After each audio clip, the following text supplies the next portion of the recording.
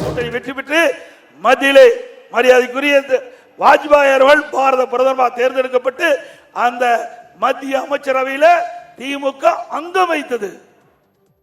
திரு முரசொலி மாறன் அவர்கள் அந்த அமைச்சரவையில் இடம்பெற்றார். அவருக்கு நோயாய்ப்பட்டு ஓராண்டு மருத்துவமனையிலே சிகிச்சை பெற்று வந்தார்.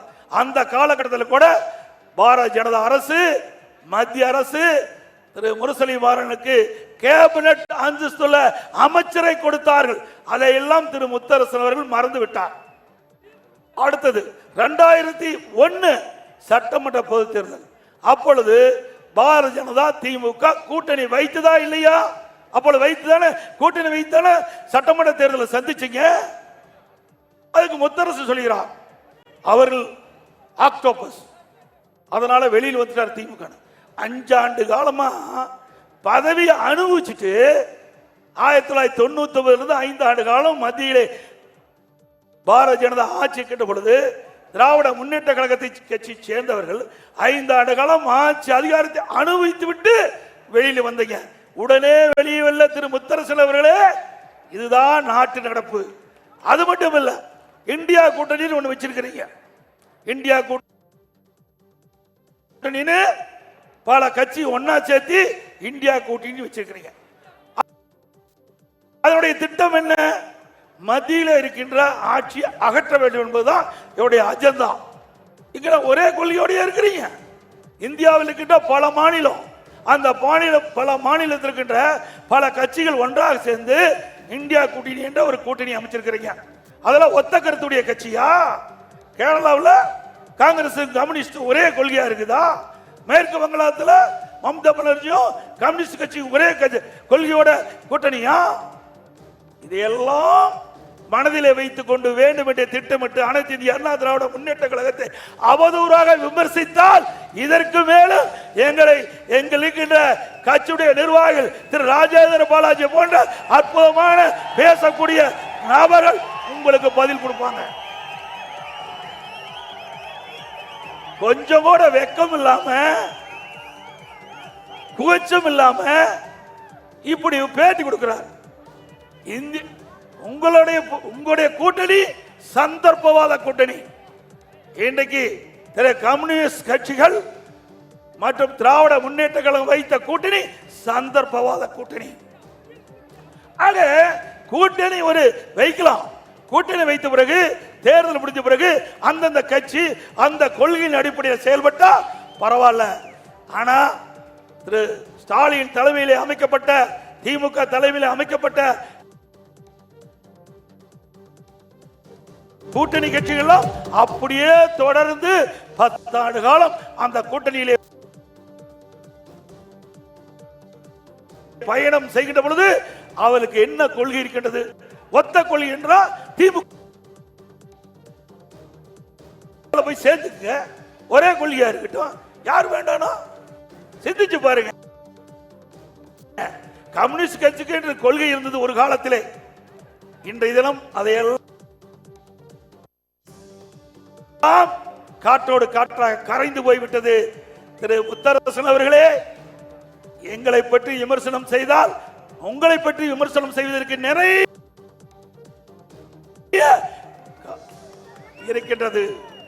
எங்களை பொறுத்தவரை உங்களுடைய கட்சி தேய்ந்து விடக் கூடாது என்ற நல்ல எண்ணத்தின் அடிப்படையில்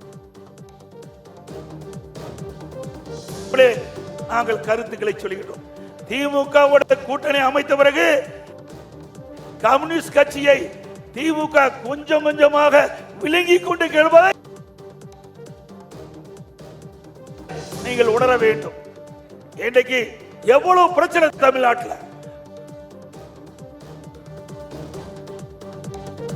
விலைவாசி உயர்வு, அதற்கு ஏதாவது கம்யூனிஸ்ட் கட்சிகள் போராட்டம் நடத்தியதா? இன்றைய முதலமைச்சர், நான் முதலமைச்சர் காலத்தில் எதிர்கட்சி தலைவராக இருந்தார். அப்பொழுது இதே தூய்மை பணியாளர்கள் பல்வேறு கோரிக்கைகளை வைத்து அவர்கள் அங்கே போராட்டம் நடத்தி வந்தார்கள். அப்பொழுது திரு ஸ்டாலின் அவர்கள் அந்த தூய்மை பணியாளரிடத்தில் சென்று கோரிக்கைகளை திமுக ஆட்சிக்கு வந்தவுடன் நிறைவேற்றப்படும் என்று நீங்கள் வாக்குறுதி கொடுத்தீர்கள். அதோடு உங்களுடைய திமுக தேர்தல் அறிக்கையிலும் தூய்மை பணியாளர்களுக்கு கோரிக்கை நிறைவேற்றப்படும் என்ற அறிவிப்பை வெளியிட்டீர்கள். இன்றைக்கு 6 நாட்கள் போராடி வருகிறார்கள். அவரை பற்றி கவலைப்படாத அரசாங்கம் திமுக அரசாங்கம். இன்றைக்கு கம்யூனிஸ்ட் கட்சி சேர்ந்தவர்கள் ஒருவராவது அந்த தூய்மை பணியாளருக்கு ஆறுதல் சொல்வதற்காக நேரிலே பார்த்து பேசியது உண்டா? அதே போல இன்றைக்கு தமிழகத்தில் போக்குவரத்து தொழிலாளர் போராட்டம் கம்யூனிஸ்ட் கட்சிகள் முழுமையாக கண்டுகொள்ளவில்லை. இன்றைக்கு இடது கம்யூனிஸ்ட் கட்சி சேர்ந்தவர்கள் கொஞ்ச நாள் போராட்டம் பண்ணாங்க, பிறகு கைவிட்டுட்டாங்க. ஆக இப்படி பல போராட்டங்கள் தமிழகத்தில் நடைபெற்றுக் கொண்டிருக்கிறது. எந்த போராட்டத்திலாவது கம்யூனிஸ்ட் கட்சிகள் மக்களுக்காக ஆதரவு கொடுத்தது உண்டா தமிழகத்தில்? இன்றைக்கு அரசு ஊழியர்கள் போராட்டம் பண்ணாங்க. திராவிட முன்னேற்ற கழக தேர்தல் அறிக்கையில் திராவிட முன்னேற்ற கழகம் ஆட்சி அமைக்கப்பட்டால் பழைய பென்ஷன் திட்டம் கொண்டு வருவேன் என்று அறிவிப்பு கொடுத்தார்கள். அந்த அறிவிப்பு இதுவரை நிறைவேற்றப்படவில்லை. அதை வலியுறுத்தி அரசு ஊழியர்கள் போராட்டம் நடத்தி வந்தார்கள். அந்த ஊழியர்களுக்கு ஆதரவாக கம்யூனிஸ்ட் கட்சி ஆதரவு கொடுத்ததா, குரல் கொடுத்ததா? அதே போல செவிலியர்கள் போராட்டம், அவர்களும் போராட்டம் நடத்தினாங்க. அப்படி போராட்டம் நடத்துகின்ற அந்த செவிலியர்களுக்கு இந்த கம்யூனிஸ்ட் கட்சி ஆதரவாக பேசப்பட்டதா? இல்ல. அது மட்டும் இல்லாம இன்றைக்கு நம்முடைய டெல்டா மாவட்டத்தில் அதிகமாக நெல் விளைச்சல் ஏற்படுது. இன்றைக்கு விவசாயிகள் உற்பத்தி செய்யப்பட்ட நெல்லை அரசு நேரடி நெல் கொள்முதல் கொண்டு சென்று விற்பனை செய்கின்ற பொழுது திறந்த வெளியில அடுக்கி வச்சிடறாங்க. மழையில நனைஞ்சி முளைத்து போகிறது. அப்படி பாதிக்கப்பட்ட விவசாயிகளுக்கு இவர்கள் குரல் கொடுத்தாங்களா? அது இவர் டெல்டா மாவட்டத்தை சேர்ந்தவர்.